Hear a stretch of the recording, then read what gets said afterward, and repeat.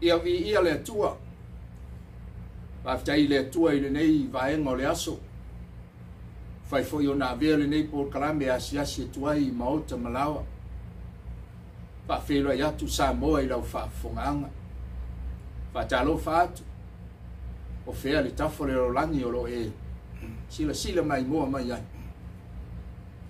ia ngale le atu le tua mfa manui atu le tua le por kalame o fa ingoino le Vaevae tonuina le upumoni Lua Timoteo lo mitau pue lua fe pue sfuma lima le au ngani le ale apostolo ilo natari i fa le nganga o Timoteo mai Timoteo ia ve oi male fia ia i le tua fa inga luenga le se me mai na te Vaevae tonuina ia le upumoni fa fia ino le filangalo le tua e ala i le tangata Vaevae na ia tonu ma ia sao o na ia Vaevae ina ia le upo le atua o le por kalame la ile nei aso ua whaingoina o le a le tala le lei moni talua i o lo whailoa e le apostolo le tele o tala le lei ne ngata i lea o a onga tofu ale au na ia malona si la fia ai maise o lona tali tonunga e tele la tala le lei a o le tala noa le tuspaia o le a le tala le lei moni o lono winga e tele tala le lei o lo whapena o na o awina ma tali ton wina e tangata su e po tangata la tau te a o awina le upo le atua ai le tala le lei o lo whametala ina le tuspaia o le tala le lei le tutasi o le tala le lei lea e ta pena ai soifua o tangata uma i le ola e whaavavau fe mai le mole mau ala apostolo Paulo i le kalatia lolo me ta momofa i pus fumalirua a waele i maua mai le au i stangata awana o le whaalinga na whaailoa mai i a te au e Yesu Kiriso. Te luai o le apostolo Paulo na tō fia ma wala awina i le tua. Na te fola ina, pe na te launga ina, pe au awina, le tala li lei inu ese. Le ala wa tala noa le apostolo Paulo o le tala li lei le o te fola ina. O te le i maua mai si tangata. E le ia o awina fo ia o ese tangata i le tala li lei lea. Ua o wina ma o fola ina inu ese. O le fisili o le ali tala li lei moni. Pe o na uta ua. E tele fina ngalo faalia. Ai mai se ta ofi ese le au faitau. I le tala li lei le tala noa iai le tuspaia. I le luka lono me ta upo e lua. A o iei leo mamoe i le vau. Fa mai le mole mau le tuspaia sa la tau no nofo ai. Leo ai i ala tau lafu mamoe. Ai na whaafu se i mai le leo mai le langi. Fa mai le tala le angelu au e tau te matitau. Wa le asoli nei o te au mai ai i a te tau le tala le lei. E oli te le ai. Ia le nu uma. O te taitonu o lea wata o tata i le whamitalanga lea le angenu. E iai le tala le lei. Taluai o ia o na pō. Whai mai sa latou leo i le pō sa iai le matau sa iai le ngatete. A lea wata le noa le angenu whai mai aua tau te mātitau. O lea au maia ia te utau le tala le lei. Le tala le lei le te ai le fefe. O le tala le lei le te ai le matau. O le tala le lei lea. E te ai le mautonu. Pa mai o te au maia ia te au tau le tala le lei. O lo o iai le oli. Te tonu e si la fia. O le tala masani. Tala le lei lea sa lau ngaina le apostolo Paulo. Le sa tala ina le apostolo Paulo e tu solo na vala wina i tangata nu ese. Ile kolito la mta upu mo kolito mta upu sfume lima fai upu e tolu ma le fai upu e fa. Tala no le o le apostolo fai mai awana utu ina atu mea mua o mea fo ia na o maua e au na maliu ke riso masui o ata tau wang sala pe ona tusia na tanu fo i oia ma toi tu mai le aso tonu o le tala le leila lea na avi whapitoa i le apostolo Paulo fe mei Paulo na o talia le tala le lei o le Yesu le na maliu mo a tatou wang sala fa mai na tanu mia o ia ma toi tu mai le aso tonu e pei o upu ua i le tusi o le tala le leile na tuuina i le apostolo o te tele tonu sa me tu ala ngona e la tou e na tuuina iai ia le fiau o le tala le leile te mi sa la tou la ngona ia le taua po le whaatau aina ai tanga i le whao i le whaitauina o le whaitau ngalia e le aia masamea o lo whapenao na tau mwhai e toi whaalua luangia pe toi tuku iai e tau mwhai ina ia whaau popo i le tala li lei lea pa mai le tala le apostolo Paulo na maliu Yesu mo a tatou wang sala na tanu mia o ia e pei ona tusia na toi tu mai i le aso tonu e pei o upu ua i le tusi o te te tonu o le teimi na la ngona i tangata le whiau o le tala le leile sa tumu o la tau loto i le oli oli le ana tala no ai ia le angelu i le au leo mamoe fe mai o te au mai le tala le lei le tala le lei e te ai le fefe ai whanau mai ai le oli oli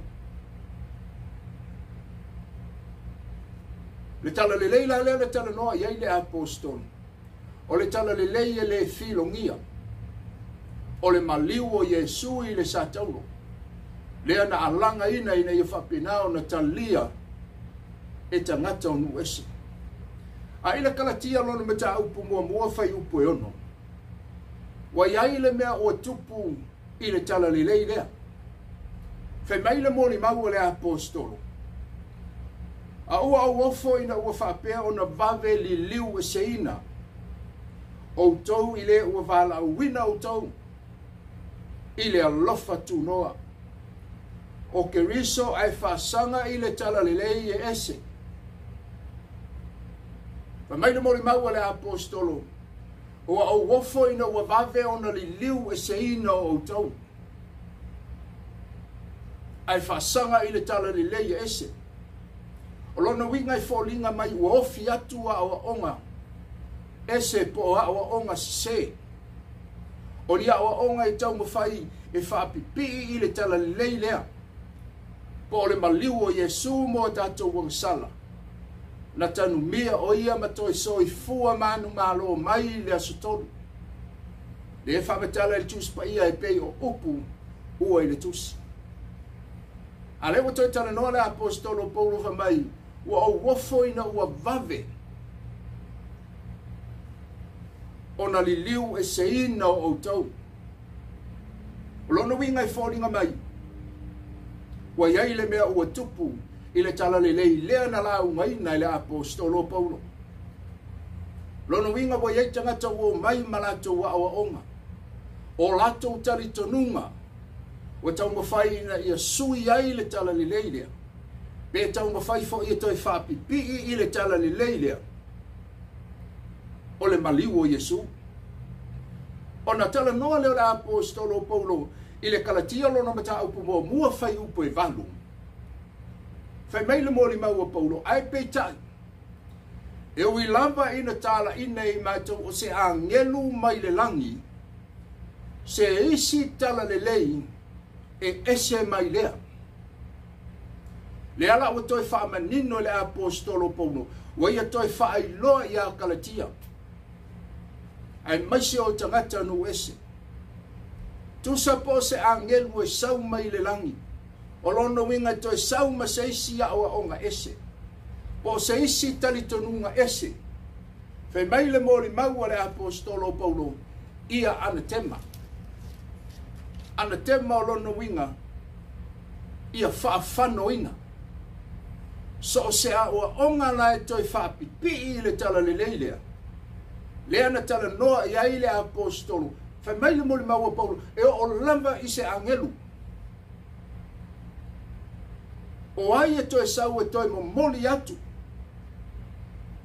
Se isi tala le e ese mai le tala le leilea. O le ase isi a oa onga ese mai. Ile a oa onga lea na oa wina ai. Po le wai tala le leilea. Ma mai le apostolo. Ia anatema. Ai le kalatia lor mata au mo mua fai upo e fitu. O le tala noa leo Paulo fa mai. E lea o se tala le lei foi lea. A o isi ua faa atu valeina ia te autou. Ma fia faa li liu e seina le tala le leia ke riso. O lea ua tala noa le apostolo fa mai. So se tala le lei ma so se awa onga ese mai. Ile maliu o Yesu mo a tatou sala. Na tanu mia o ia matoi tu mai le asutonu. Ai ai la se isi a o onga. Ma se isi me toi faa pipi iai. Fai mai le tala Paulo ele o se tala le lei. Lono winga o le tala fatu. O le tala le moni. O le tala sise. Lono winga e tu tasi le tala le lei lea na o a wina le apostolo Paulo. Fai mai Paulo ele o se tala le lei foi lea. A o isi ua faa atu valeina o tau o lono winga. Wo mai tangata malato wa onga. Wo mai malato tali tonunga. O mea o lai tali tonu iai. Tau mo fai e whapipi. Ele tala le leile na o awina le apostol. Tala nore le apostol whama ia anatema. So se awa onga lai sa we toi whapipi i le maliu o Yesu. Le tala le leile na ua i fola i le apostolo. Whai mai Paulo ia anatema maranata. O lono winga ia matua whaafano ina le tangata lea. So se tangata na titoia o awina. Se isi tala le lei. Po se isi awa onga i whapipi i le tala le leile na o awina i le apostolo. Ia anatema maranata lono winga ia matua whaafano ina le tangata lea. Ele ngata ilea. Ai whai mai ia whano i le aso le ali. O lono winga le atau wia i le atua le tangata lea. Lea na te whaia lea awa onga sise. Aisea. O lea awa onga lea. O le a whano ai le toa tele o anganga. O le awa onga lea o le a solo muli ai le to tele o tangata. Ma lato o ese ai. Ma le whai ai a lato filifilinga o le talio o Yesu. A lea na tala noa Paulo ia Timoteo. Ia avea oi ma le fia iai le atua. O le whai ngā luenga i le ise me mai na te Vaevae tonu le upumoni. I le ione me ta upe tonu whai upo sifuma le ono. Mai o wa u whapea lama na alofa mai le atua mai le langi, i le loro langi. A wina mai a Yesu ina ia le whano se tasi. O le whina ngalo lao le atua, awane i whano se tasi, a ia o tangata Samoa uma ma le loro langi uma, i le ola i whaavavau.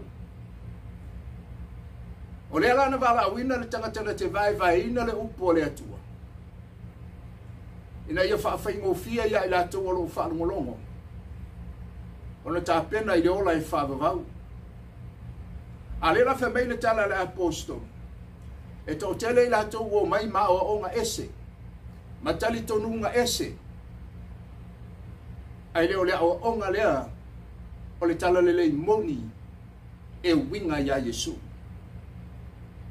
Na toi tala noa leo le apostolo i Fa mai ai pe ta e hui lava.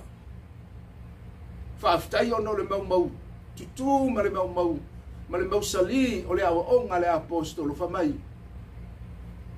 Ai pe ta e hui lava ina tala ina I mātou. O I lava na toi tala ia. Se isi tala le lei. Fa mai le apostolo ia anatema Maranatha. O lona winga o le tala le lei ile maliu o Yesu. Ele toi tu wina iai se mea e toi whaau popo ile maliu o Yesu ile satolo. E ele mena tala no ai ia le apostolo Iakopo. Mai whaali mai ia lo whatutua whaari atua o ngā luenga. Mai e mate le whatutua pe ale ai ni ngā luenga. O le tala le leila lea ia Yesu. E le ai ni ngā luenga e whapipi I ai. E le au ese le nei por kalame ngā luenga. O le taimi e whaola I na ai lo wanganga. Whaola I na ai lo wanganga. Fia e whai ngā luenga e tau tua ai le ngā luenga le tua. Taluai o le tangata le talanoa I o le apostolo Israelu. E leo se apostolo nu ese. Ma meilo le tala Iakopo. E mate le whatuatua pe ale ai ni ngā luenga taluai. O Israelu e talitonu e whau lo latou whatuatua I ngā luenga o le tino. Le ala lena lena talanoa Iakopo whamai. Whaali mai au ngā luenga, whaali mai lo whatuatua. Ale ai ni ngā luenga e mate le whatuatua. A le tala le lei ia Yesu. E le whapipi ina iai ni ngā luenga. O le talitonu I le maliu o Yesu. E ta uami o tonu I nai.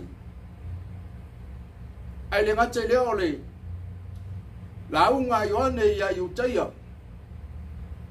Pa mai o tau salamo ma papatiso. Mo le whaamanga loina o tau wangsala. O le tala le leila lea I le maliu o Yesu. E le whaau popo ina iai le baptisonga. E tu tasia le tala le leilea. E le aise me toi whapipi ina iai.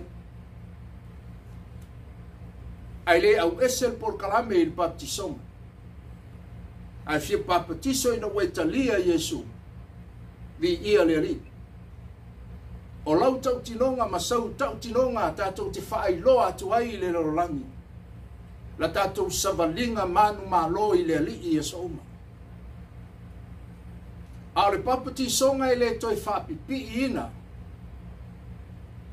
E le taulanga no sia e Yesu I le satou.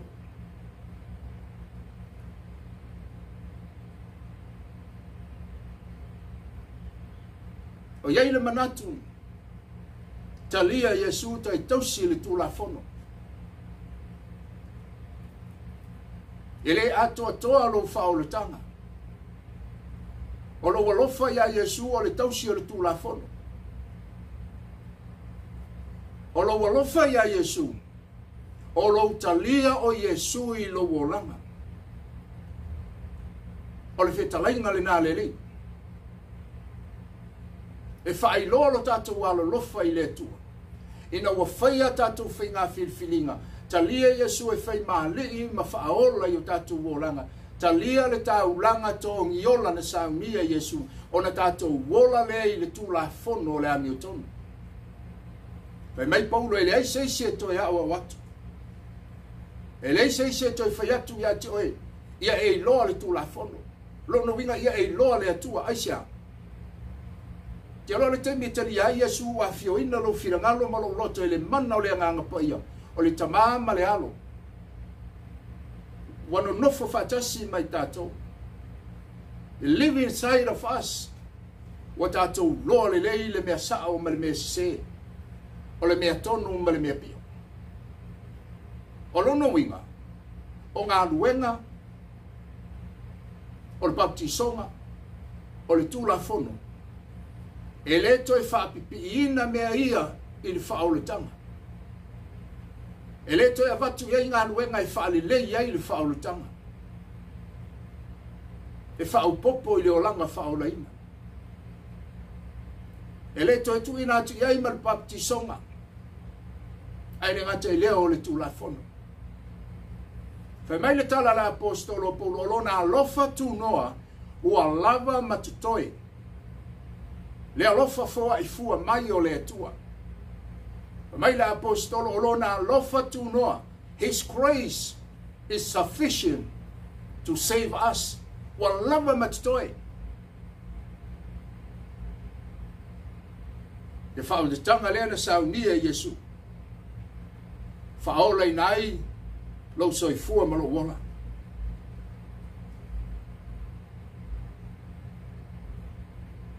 E ia no utala noa ele au esel por kalame i me ia no utala noa ai.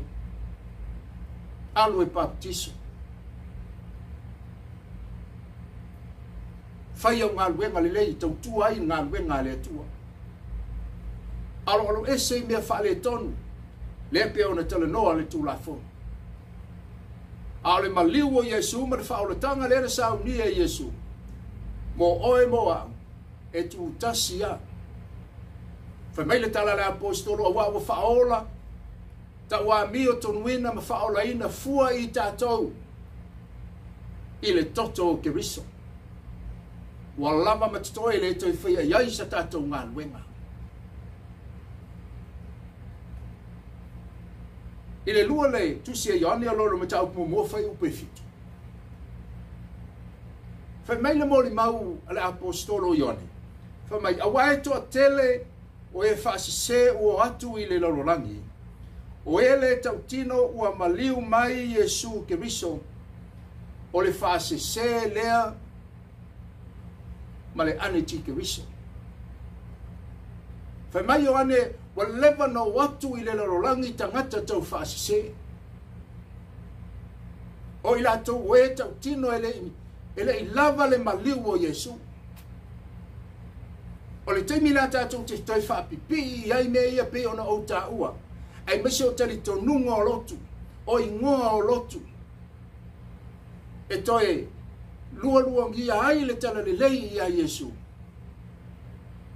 Fai mai le tala ala apostolo Ioane. Wa leva no watu i le lalorangi. Le au tau whaasise.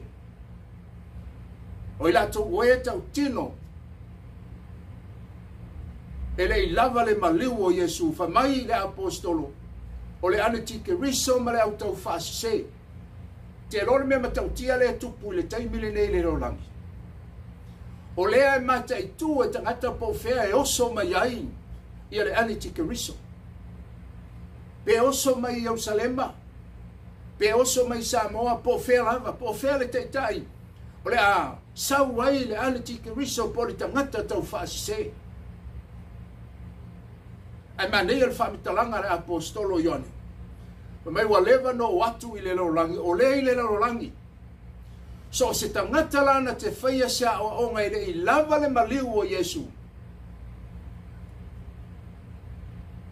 Mai le tala Ioane.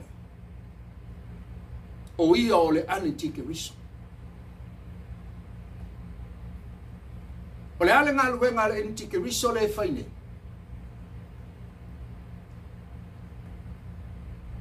O le tau whaasise. Mai ale i lava lo maliu Yesu. Toi tu watu iai le tu la fono. Toi tu watu iai mga luenga ia toi alu e papatiso. Ina ia wha ato ai lo whaoretanga. Po le ala le maliu o Yesu ina sa tauro. Ma tongi o la ina lo soifua ma lo ola. E a whai e tele e ui mea ia. E tele whaatino ina mea ia i lo soifua ma lo ola. Tātou tele tau nuu i le ola e whaavavau. A le maliu o Yesu o le mea alofa. It's a gift. O le mea alofa e ave fua e le whaatawina. E le se mea tātou te toi whaia iai. O tūlanga le tūla whono o le papiti songa mga luenga. O le matawhai ioi lea i utaia. Ai le mo tangata nu ese. O i utaia la o le tūla whono. O i utaia o ngā luenga. O i utaia o le papiti songa.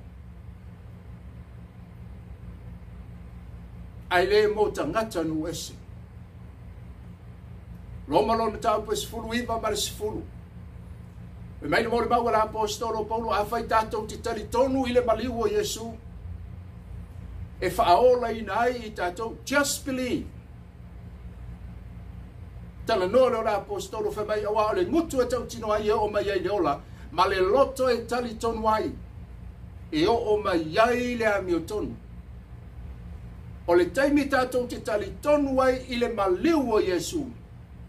Ua ta ua mio tonu wina i tātou. Le ngā luenga la le ane tike riso le whai le taimini le. Le olo whai ma whaala ve lave i le to tele o tangata. E tā pena ma sauni o la te wola. I le ola ma le manuia e whaavavau. Le momurka nitam ta upes fuma le ono whai upe luas fuma le lua. Fai meni mo le maua le apostolo. Ai se le alofa i le ali o Yesu ke riso ia ana tema o ia. Maranata. Ai se le alofa i le ali o Yesu. O le ale winga o le amea. Ai o te tali tonu e alo lofa uma Samoa i le atua. E alo lofa i a Yesu. Ale o te tele noa le apostolo fa mai. Ai se le alofa i le ali o Yesu. O lona winga le nei. Walu watu li tangata malana awa onga. Vai atu ya Yesu, Yesu. Whaaftai mo le whauritanga. Ai le lava. Tu atu yai le tu la fono, tu atu yai ngā luenga, tu atu yai le baptisonga. E wha atoa ai. Lono winga walatu li tangata malana. Awa onga whai atu nafato a afa le whauritanga. O le po, o le sasa, o le taa. Mai tu spaya o tau wau ina le lava lava, wha mata ngā e le lololangi. Ai latu tangata wha me nafato a afa. Ai avatu iai mana i mea ia. I ona se lau pa sene leo le whautanga. Pa mai le upo le apostolo po. Le Roma loro mata upo es fuma le lima luas fuma le ipa. O mai ua walu watu i a te outou, ma le ato atoa o le manuia. O le tala le lei i a Yesu. Le teimina awa o i le apostolo Paulo, le tala le lei lea i a Yesu. O mai ua ua vatu le manuia. O le ale manuia. Nei tala no iai le Leauanae mtau mo mua fai upo sifuma le lua. I lato uma o ena talia o ia mawhatu tua i lona suaf. Na ia a vatu iai lea manuia. Lea le manuia. A vea i lato mata li o le tua. O le taimi le tali tonu ai le maliu o Yesu. Ma le tala le leile ala i le maliu o Keriso. Pa mai Paulo o le manuia. Ale o tau watali ina fua i tātou. Wa avea oe mau mata li i o le atua. Avea oe mau mata li i o le tupu. Ina ua tātou talia. Ia le tala le lei o le maliu o Yesu. I le momul konitom tau pe tolu fai upo esfuma tasi. O le tala noa leo le apostolo Paulo. E so loia o mai le tele o onga ia e watu matangata. A o onga tau whaasise. A o onga e whapena o nā ese aile ori o tangata. E le ngata o tutonu e kalesia. A o le olanga tu i na atu i le ri. Whai mai le tala Paulo. E le ai se isi na te toe tuu se isi whawai. I le ua uma ona tuuina i lalo o Iesu ke riso lea. E le ai se isi na te toe ua i lalo pe toe whau se isi whawai.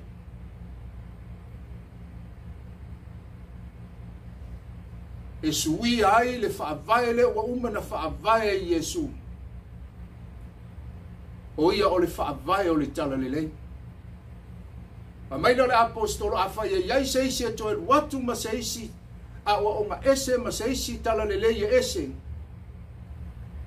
Ma mai o lono winga o le vau fali o lono winga o le mea mawai e leo se awa o ngā moni e leo se me sao. Lena tala noa ia Leauanae fa mai ua atu ale tike riso i le larolangi. La tau te tau tino e le i lava le maliu o Iesu. A leo tala noa le apostolo paulo mai no walu atu ma le ato atoa o le tala lelei. Tala lelei o le maliu o Iesu. Por kalame na Samoa ni ne yasu. O Iesu o ia o le tala lelei. Ma Iesu o au le ala o pumoni ma le ola e le se isi anu atu le ola e whaavavau. Pe a leo i mai i atia. O le porkalame na Samoa i ne yasu. Aga lelei atu le tua ma whaamanui atu le tua i ne yasu. Te tonu le tapunia le nei porkalame. Watu pe le avanoa. Fia e ofo i natu le whaolutanga. Tātou te talia ai le maliu o keriso. O le na maliu i lunga o le sataro. O le mea alofa e ave fua e le whatawina. Te tonu e pisi o no tiu te mawhaiva masani. Ai le tu ua i lava. Le anganga le nei por kalame. Awa o Iesu o le taunu unga le langi e leo se loto. Ao ina te tele me whai te tonu e kalesia. Walu ese le tangata ma le loto. Ao le Iesu le sa o loto ai lo soi fua ma lo wala. La le taimi ma le aso i vala au ma iai Iesu. Tato ufale le manuia ma le ola i whaavavau. E manao fo i talia Iesu le ne aso. Tato talo fatasi le ne aso. Whaaftai Iesu. Se avano le lei ua umaua. Stala ina atu lo loto ia te oe. O mauti noa wa o le tangata ana sala. A fio mai lo loto. A fio tu mawai. Fai se loto fou mua.